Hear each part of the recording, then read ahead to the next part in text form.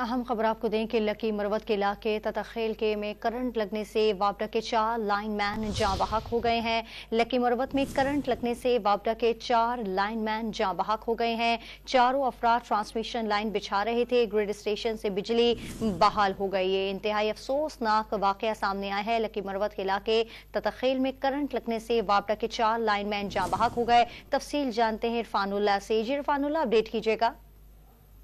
जी बिल्कुल, ये ततरखेल के इलाके में वही ट्रांसमिशन लाइन बिछाने पर वापडा एहलकार काम कर रहे थे, जिसकी वजह से ग्रिड से बिजली चालू हो गई और मौके पर करंट लगने से चारों लाइनमैन जो है वो जहाँ बहक हो गए।